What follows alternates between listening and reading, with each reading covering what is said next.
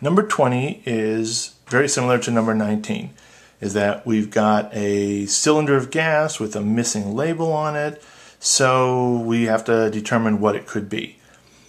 Now, we're told that this gas is only got carbon and hydrogen in its molecular makeup, so that will become useful later on. But our first step is to find the molar mass, and we would use the equation that is not given on the equation sheet. Molar mass equals dRT over P. We have to find D, and that's going to be the mass, 0.00500, divided by the volume, 0.00413 liters. And I can substitute that into my expression.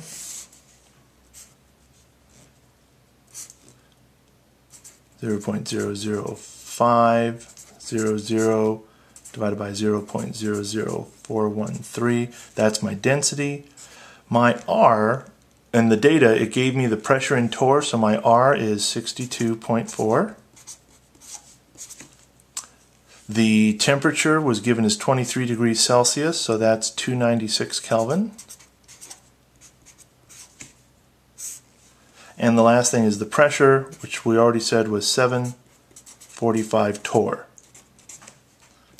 So the molar mass of this unknown gas, made up of only carbon and hydrogen, is 30.0 grams per mole.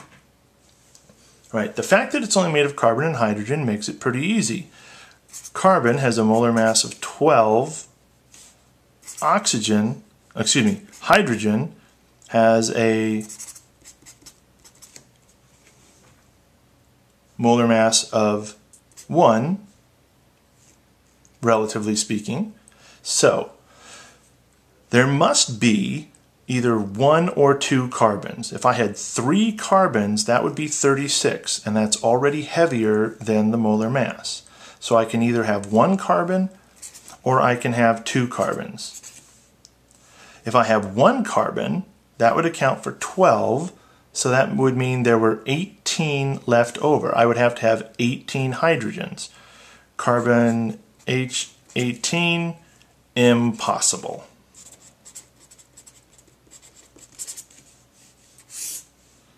All right, there's no way that you could get 18 hydrogens around 1 carbon.